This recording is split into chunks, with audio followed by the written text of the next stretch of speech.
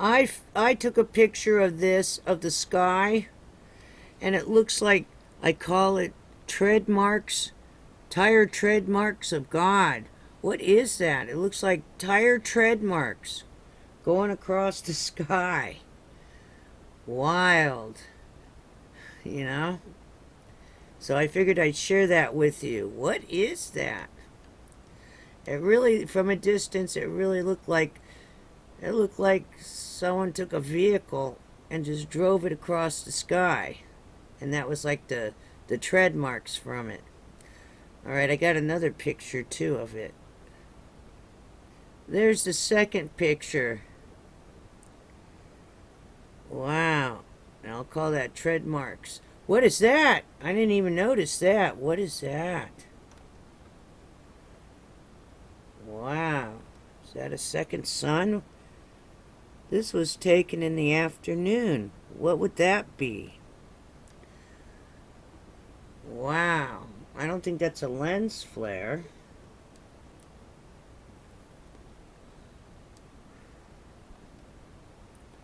Look at that. And then what's in front of the... Why does the sun have a circle in front of it? What is that? How bizarre is that? What is that?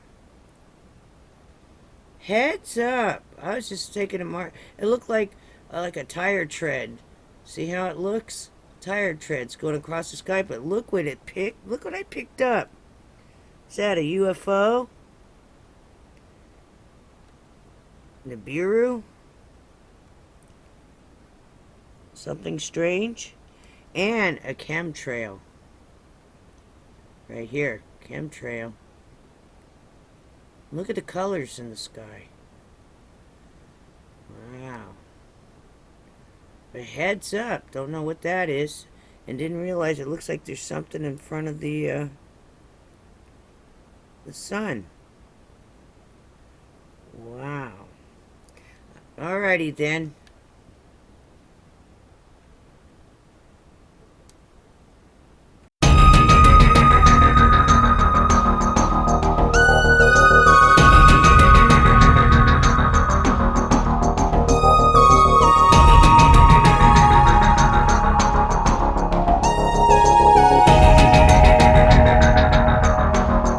Live, this is One for the Record. I'm Diane, and today is... Oh, there's a cat. Today is the day of the cat. What are you doing, boy? Today is January 23rd, 2014. Here are your news updates for today. Alright. At the beginning you saw a picture. Oh, it's cold. It's very cold. I took a picture and I didn't realize there was a second sun or UFO right there. And something also in front of the sun. Wow. Alrighty then. The Extinction Protocol 2012 and beyond. It is so cold here. It's not even funny. 2 earthquakes strike near Guam. No tsunami alerts. Alrighty then. Also, breaking news. Breakingnews.com. Let's go into that.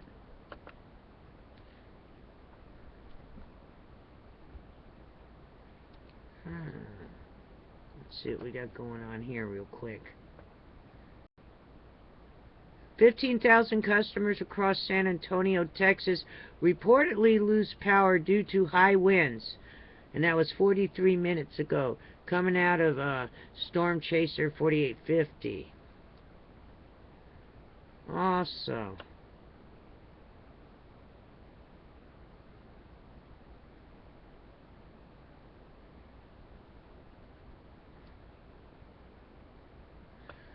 power restored to Metro North trains in New York. Alright, Sue Ortiz. This affects you, I believe. Trains returning to service with delays. That was 2 hours ago, coming out of the MTA. Also, see, I thought I heard a rumble. New NASA satellite will expand satellite system, providing communication link between International Space Station and Hubble Space Telescope.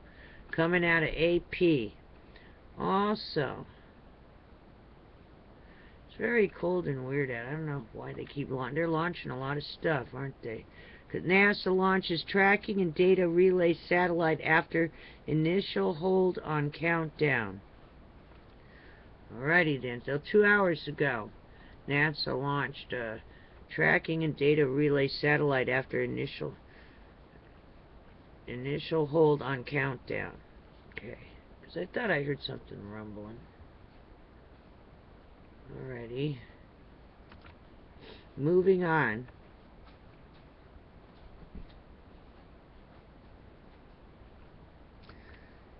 E&E News, Energy News. U.S. Canada. Today, Alaska Marine expert. We really need to look at what's happening to ecosystem from Fukushima radiation. Models don't address ongoing releases at plant.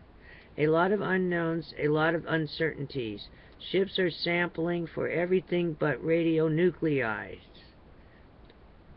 Could be affecting animals. Oh, do you think just could? Do you think just could? Wow. Alrighty then. And there's rumors and rumors of war and all types of stuff. So, free consultation. I think with our environment, as messed up as it is, do we really need to start unloading any type of weaponry or missiles or anything else right now when our ecosystem is so fragile because of Fukushima? Are you going to burn up the rest of our atmosphere? Don't you think that, what kind of carbon footprint does a war make? What kind of carbon footprint does that leave? Okay? Cat is running around looking at something. Running cat. Cat is running. Alrighty then. Moving on. Alaska refuses to test radiation levels in fish. Says banana is riskier. And who doesn't love bananas? Officials, it's forecast to hit U.S. right about now. People are concerned. We absolutely need cautious monitoring. And again, it says people are concerned. And we should be concerned about who's comparing radiation to bananas. Well, then I guess if it's the same thing, then that's how we should fight our wars. We'll just throw a whole bunch of bananas at each other. How's that? Because it's the same thing. There's no need for now we can just get rid of all the weapons and just throw bananas, right?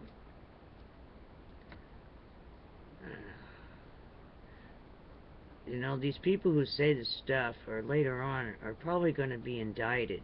You realize that. You're going to be called upon to ask why you made that statement and who told you to make that statement. Alright.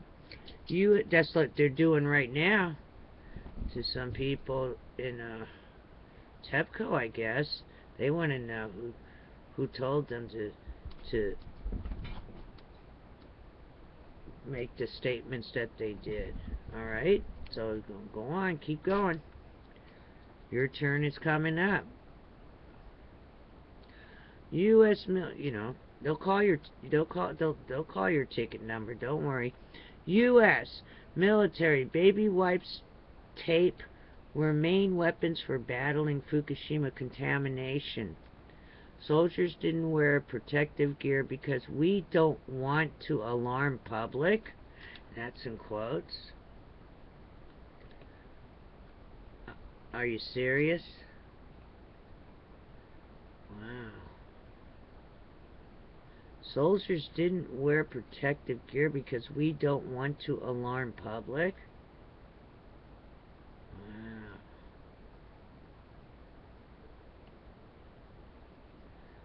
Alrighty then. Someone's in trouble. Moving on. Significant amount of radioactive seawater to hit Southern California.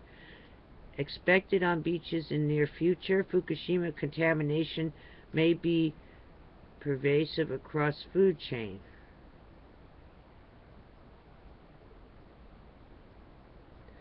Alrighty then. Alright, let's get rid of that and move on. We'll take a break for now. Let's see, let's go to the Watchers before I do the other E&E news. The Watchers, watching the world. Extreme drought in California. Alrighty then. Let's get rid of that. Cat, if you don't stop, Mommy's gonna get upset. Stop it. Stop that running around. See, he can hear something, but I can't hear it. He's hearing something, probably. So he's running around like a crazy person. Alright. Japan, Fukushima. E&E news. Calm down.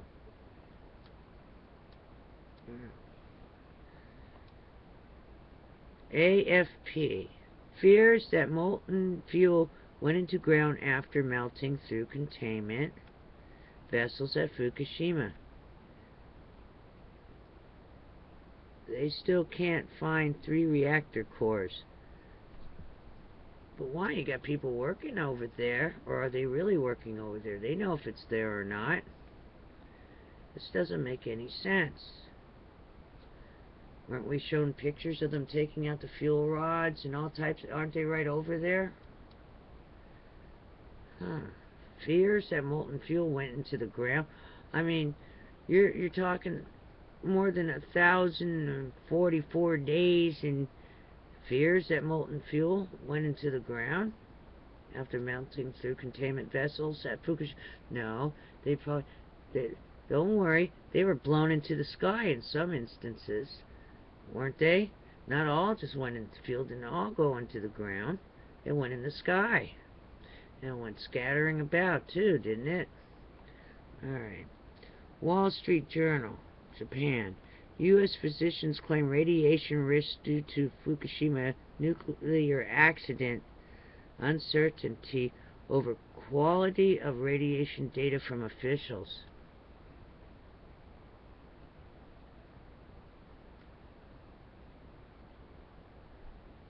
Uncertainty over quality of radiation data.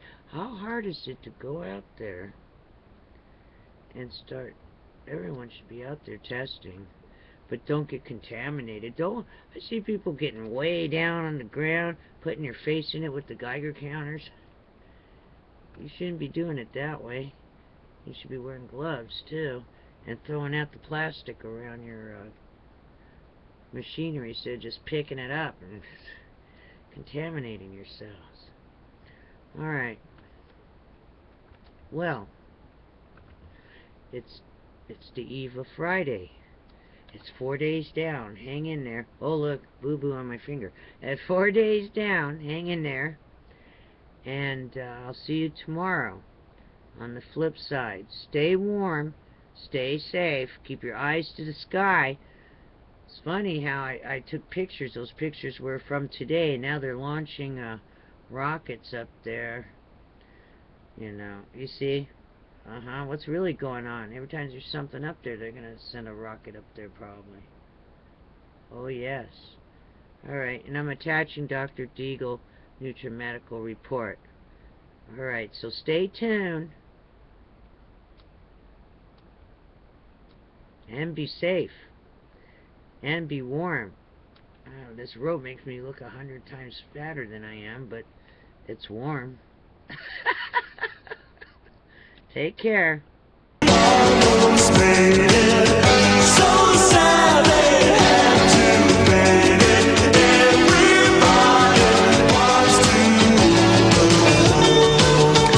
Welcome back, and we have Chris Harris, our nuclear expert. Chris, there's a couple technical questions I want you to kind of expand upon. How far are we of that 1,500 and plus nuclear fuel rod assemblies they were trying to pull out of that cooling pool? Have we got, number one, two, those cooling pool assemblies, they're getting to the ones that are bent like a bent hanger, which means they're going to either drop and lose the fuel rod pellets, or we're going to end up with a critical reaction in pyrophoric fire.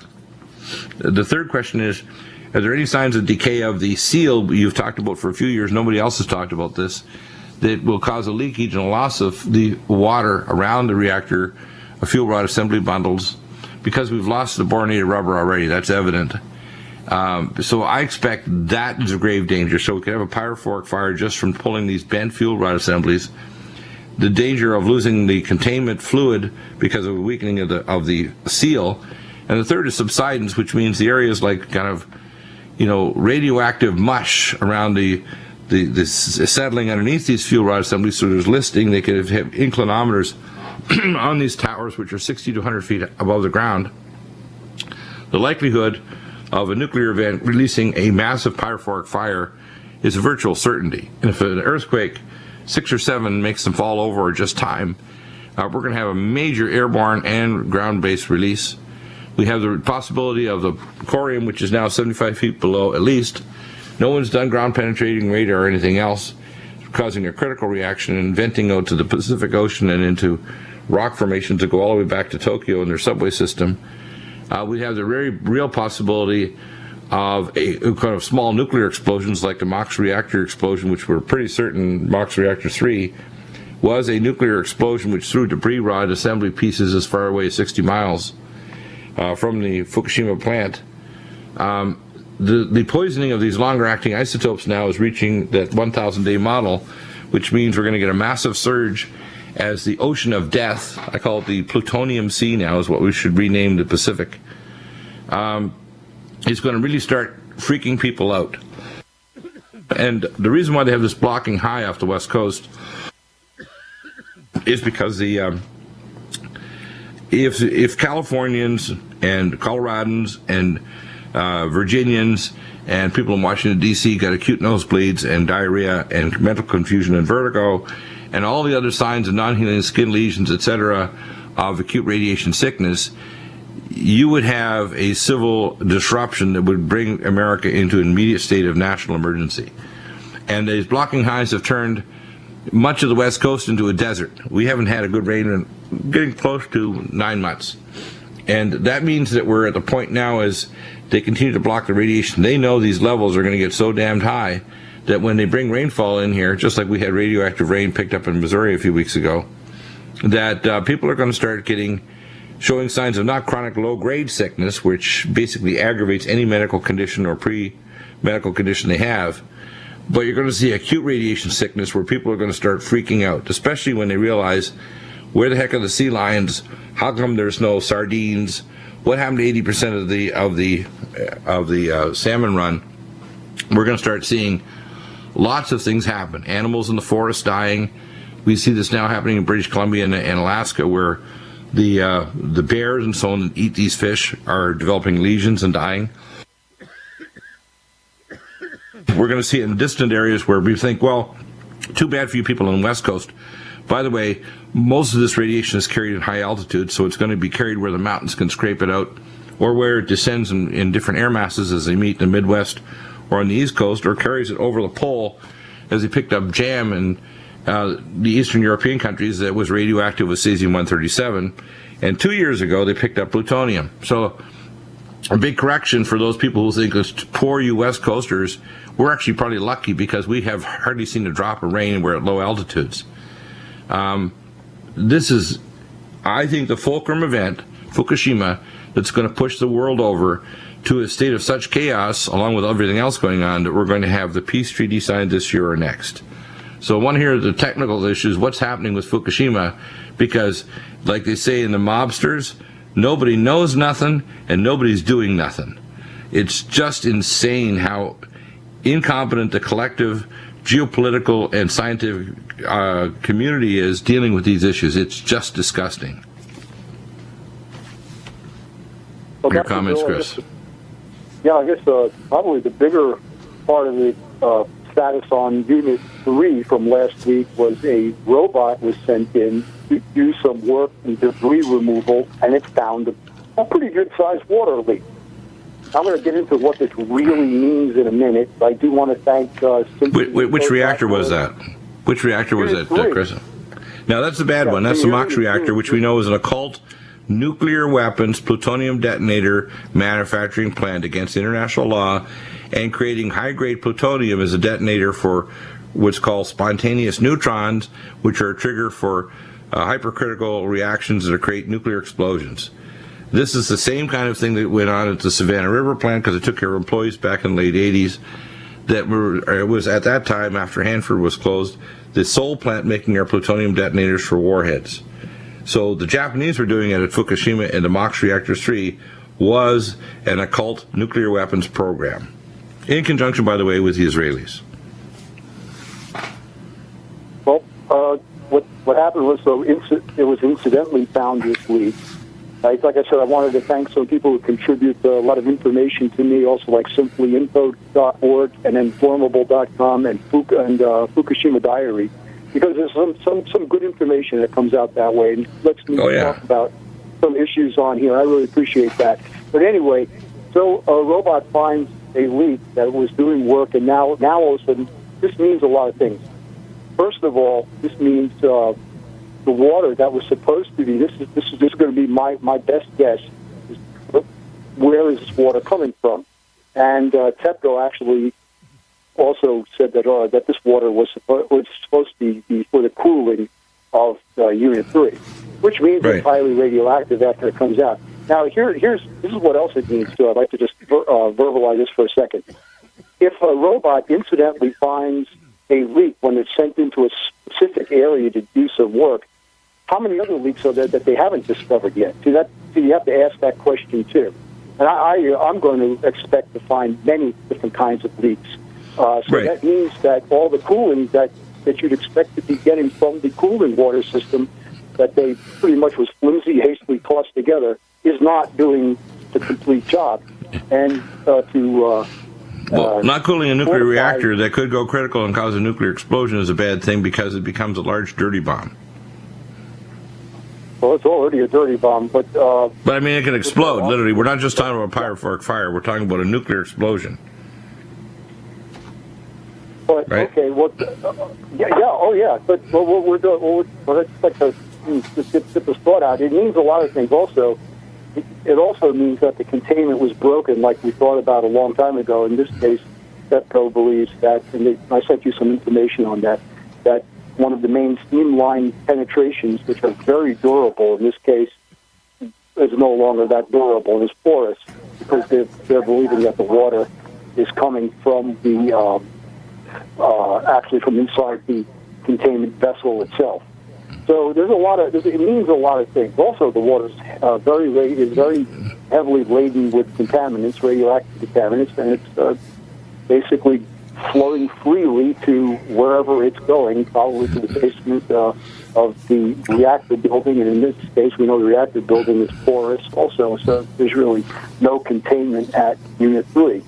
So Unit 3 is really too deadly for even humans to go there. They'll get the equivalent in sieverts of radiation that in 1 hour they'll die. So you can't send someone in there even if they're suicidal. They're just going to become blibbering and drooling idiots within minutes, and within an hour they're dead. So we come back, we'll look at the whole situation of these other things, the cooling pools, of when we expect to see a pyrophoric fire, because it's going to happen. An accident's going to happen, or on purpose, is because they keep pulling these things and moving fuel rod pellets and assemblies that are bent. It's not going to be a good situation. And the whole place should be turned into a crystalline, boronated sarcophagus instead of moving these things around.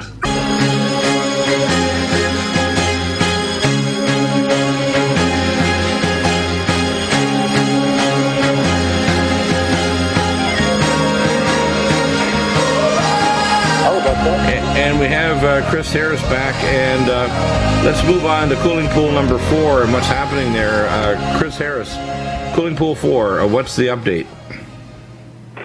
Yeah, I'd like to give a little update of how many assemblies are removed. Well, it's since November, so just this week, I moved 220 fuel assemblies. Right, and where do they move them to? They move them from cooling pool number 4 to the common cooling pool, right? And when will they have that full? Because you mentioned on the break that they're getting near the full mark, which means, number one, it's stupid because you don't have the checkerboard pattern where there's often spaces between fuel rod assemblies in the common pool. And number two, if you're going to put them in dry cask, which is the other way to store them, you have to do them a specific way, or you have a danger of a radiation release.